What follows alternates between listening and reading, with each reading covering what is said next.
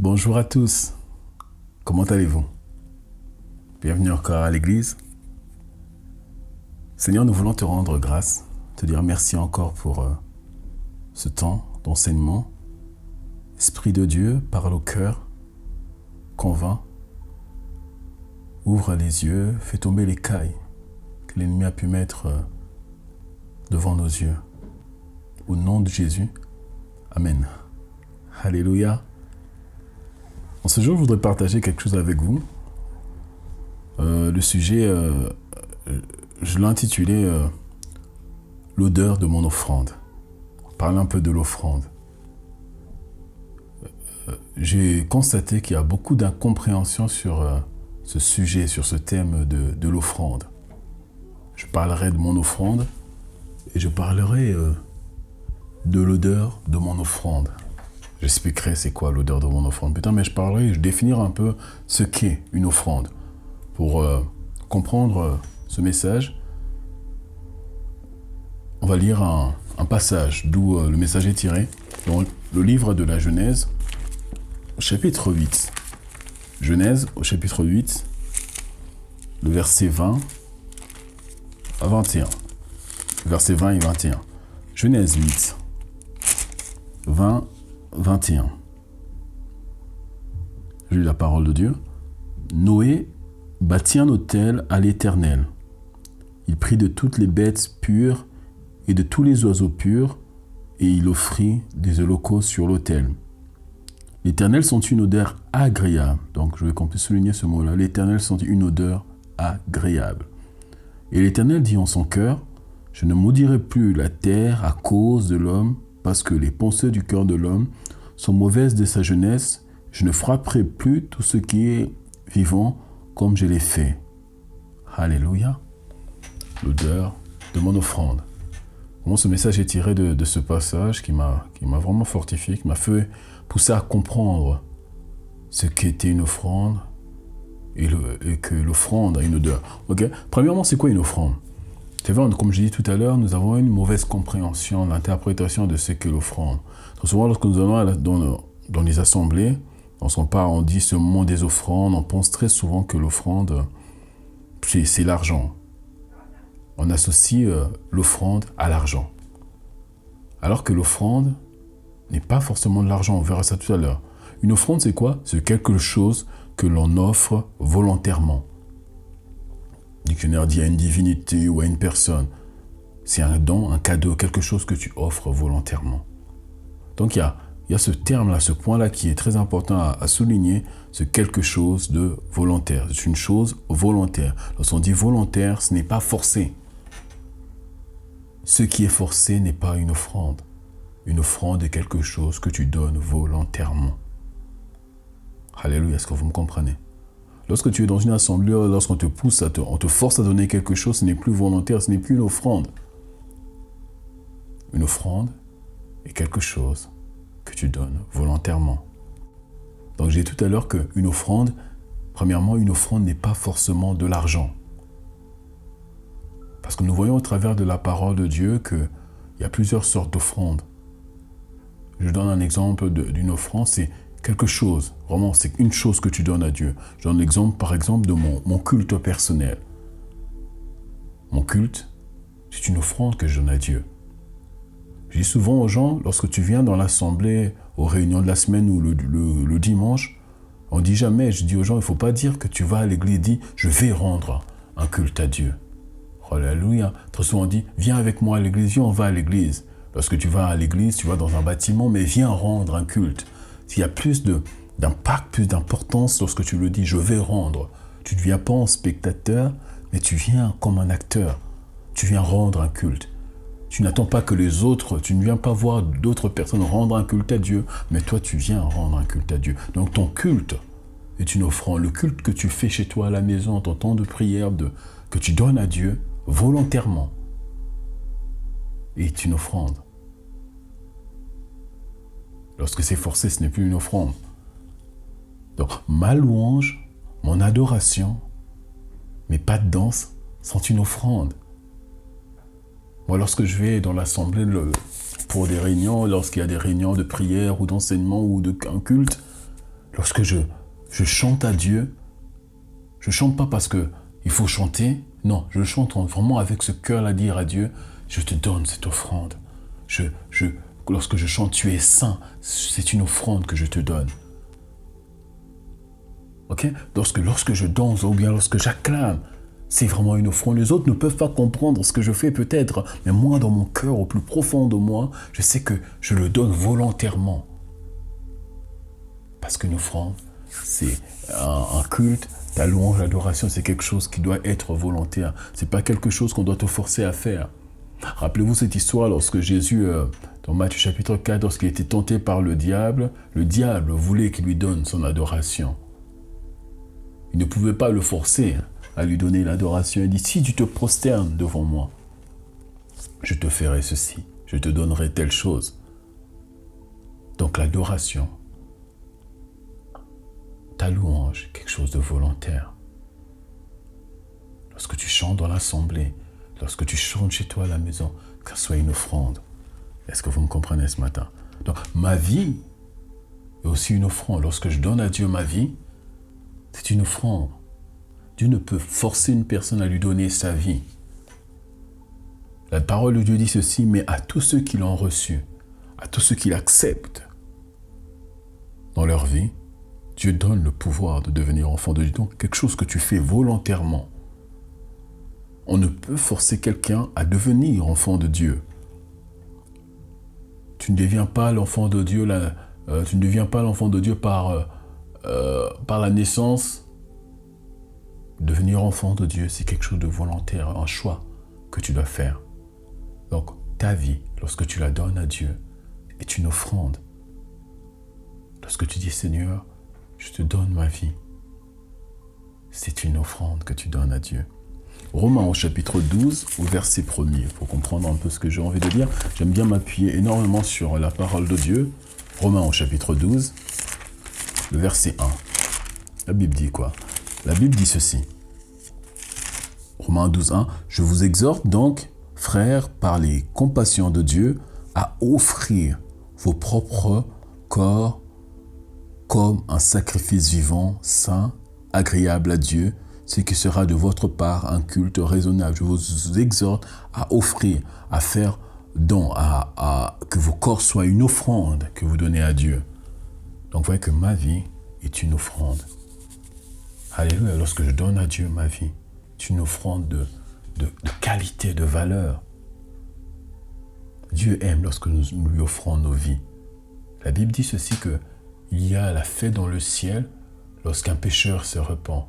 En fait, lorsque le pécheur se repent, il veut dire simplement, Seigneur, je reconnais mes torts, je reconnais mes fautes, je décide de vivre comme toi tu veux que je vive, je décide de te donner ma vie. Il y a une fête dans le ciel.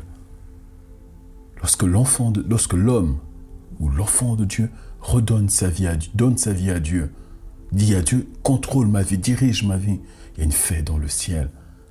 C'est une offrande agréable à Dieu. Dieu désire être le chef de nos vies. Dieu désire régner dans chaque compartiment de nos cœurs. Apprenons à lui offrir nos vies en offrande. Peut-être tu es là, tu m'écoutes, tu n'as jamais offert ta vie à Dieu.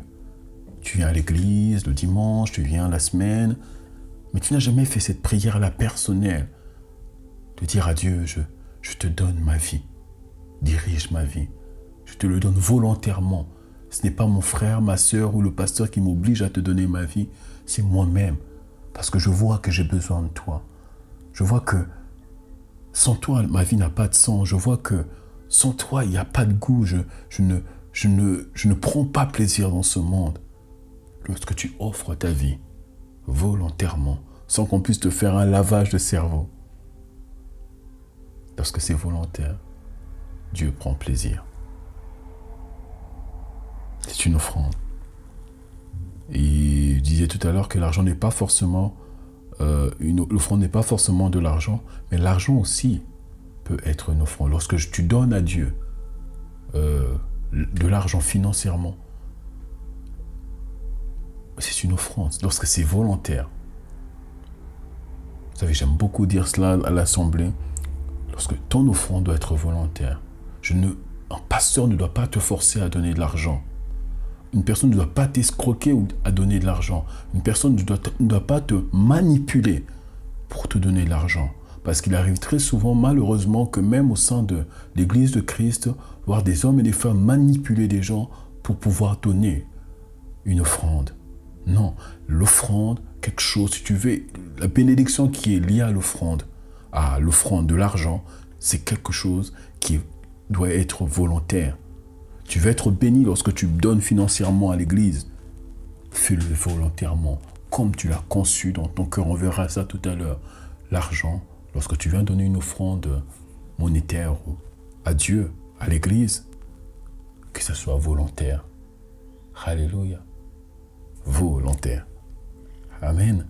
L'offrande que nous offrons à Dieu a une odeur. Nous l'avons vu tout à l'heure dans le livre de la Genèse, au chapitre 8, la Bible dit ceci, que lorsque Noé offrit son holocauste, son offrande, l'odeur est montée vers Dieu. Nous voyons que même dans l'histoire de Noé, Noé n'a pas offert de l'argent, mais cela est appelé offrande. Alléluia. Donc, cela est monté.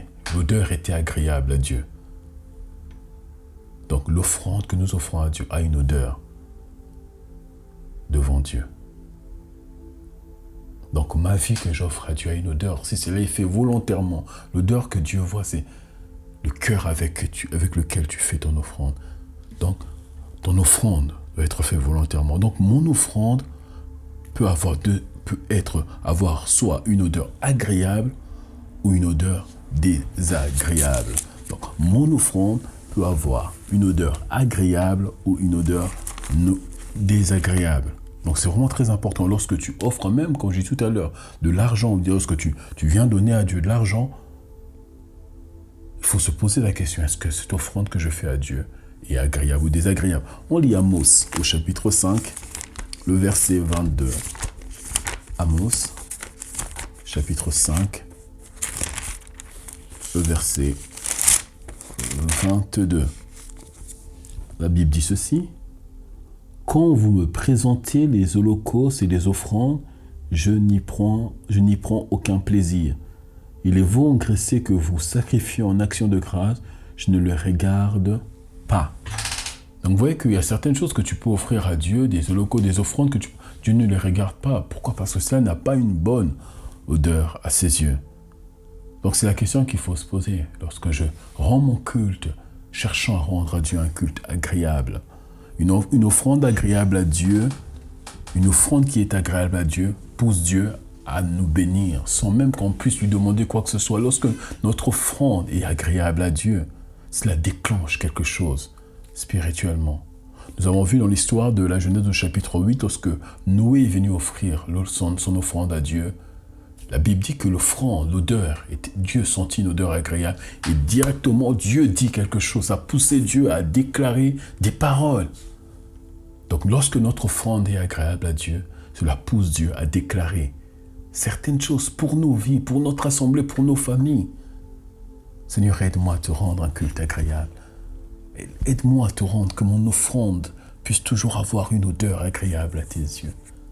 Est-ce que vous me comprenez? Donc, l'offrande, lorsque l'odeur est agréable à Dieu, cela pousse Dieu à nous bénir, à déclarer certaines choses sur nos vies.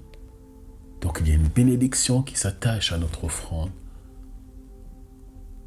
Toute offrande n'est pas liée à une bénédiction. Donc, l'offrande qui déclenche la bénédiction, c'est l'offrande qui a une bonne odeur. Alors, la question, c'est comment bien offrir mon offrande à Dieu? Comment savoir si mon offrande est agréable ou si mon offrande est désagréable aux yeux de Dieu?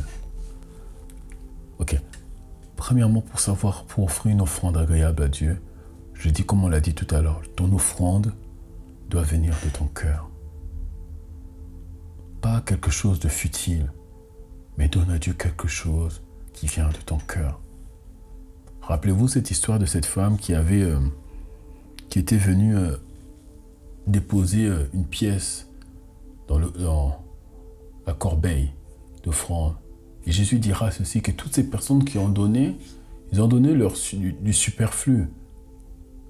Mais cette femme est venue donner quelque chose de nécessaire, quelque chose qui venait de son cœur. Donc, apprends à donner à Dieu quelque chose qui vient de ton cœur. Lorsque tu viens à l'église, que ce ne soit pas à l'église, lorsque tu viens rendre ton culte à Dieu le dimanche, que ce ne soit pas quelque chose une routine, que ce ne soit pas un dogme, que ce ne soit pas simplement parce qu'il faut aller à l'église le dimanche. Mais apprends à donner à Dieu, dire à Dieu, je viens t'offrir mon culte. Ça vient de mon cœur. Si je viens, ce n'est pas parce qu'on m'a forcé ou bien parce que c'est l'habitude. Non, que cela vienne de ton cœur. Tu verras, ça changera beaucoup de choses lorsque tu viendras au culte avec ton cœur et non avec ta tête. Et non avec les habitudes.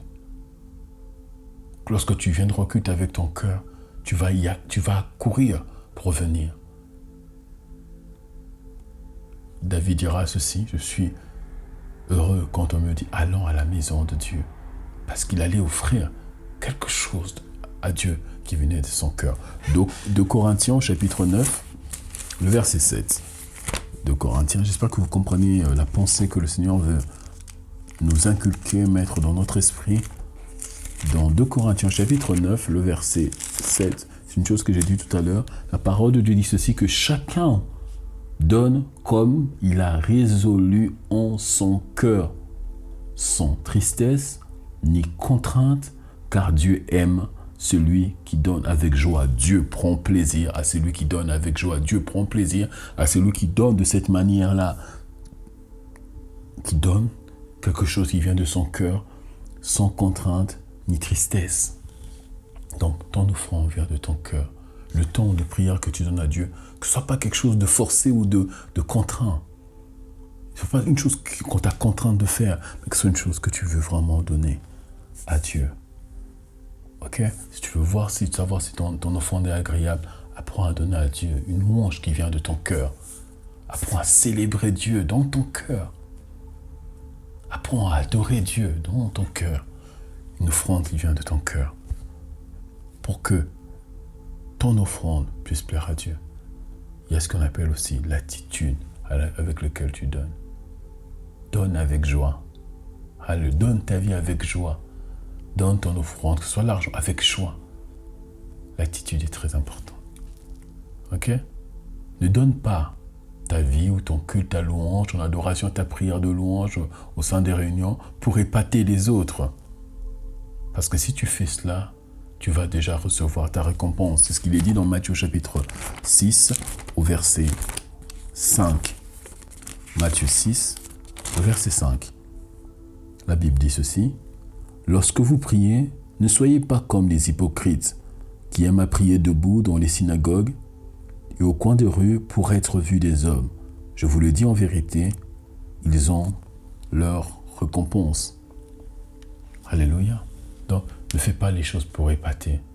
Ne dis pas que moi je vais donner 500 € devant les gens, 1000 € juste pour épater les gens. Lorsque tu fais cela pour nous épater, nous on va prendre, moi personnellement en tant que serviteur de Dieu, je prendrai ton offrande, c'est l'argent que j'en prendrai pour l'église.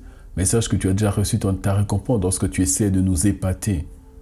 Ok, lorsque tu chantes ou bien lorsque tu sers le Seigneur, si c'est pour épater les hommes, tu as déjà reçu ta récompense. Alléluia. Donc ne fais pas les choses pour épater les autres. Tu risques de perdre, l'odeur de ton offrande risque de changer. Donc donne ton offrande avec foi. Alléluia. Dans Hébreux chapitre 11, le verset 4. Donne ton offrande avec foi. Qu'est-ce que la Bible nous dit? Hébreux chapitre 11. Donne-la avec foi. C'est quoi là? J'aime beaucoup. On pose toujours la question, c'est quoi la foi? Hébreux 11, le verset 4. Il est dit, c'est par la foi qu'Abel offrit à Dieu un sacrifice plus excellent que celui de Caïn. C'est par elle qu'il fut déclaré juste, Dieu approuvant ses offrandes, Dieu approuvant ces genres d'offrandes, c'est-à-dire Dieu approuvant les offrandes qui sont données avec foi, et c'est pas elle qu'il parle encore, quoique mort, avec foi. La foi, c'est s'attendre à Dieu. Lorsque je donne à Dieu, je donne avec foi. En croyant ce que je donne, Dieu va me rémunérer.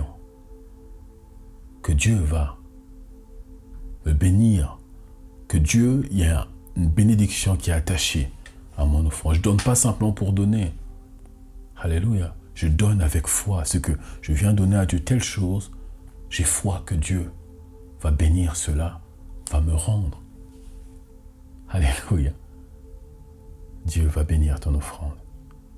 Lorsque je donne ma vie au Seigneur, j'ai foi que Dieu va fructifier cette vie, va rendre ma vie meilleure, va combler les vides qu'il y a dans mon cœur, va guérir ce qu'il y a à guérir en moi. Donne avec joie. Alléluia. Est-ce que vous m'avez compris en ce jour? L'odeur de ton offrande. Alors soyez bénis et apprends à donner à Dieu une offrande qui a une bonne odeur. Soyez bénis dans le nom de Jésus. Amen.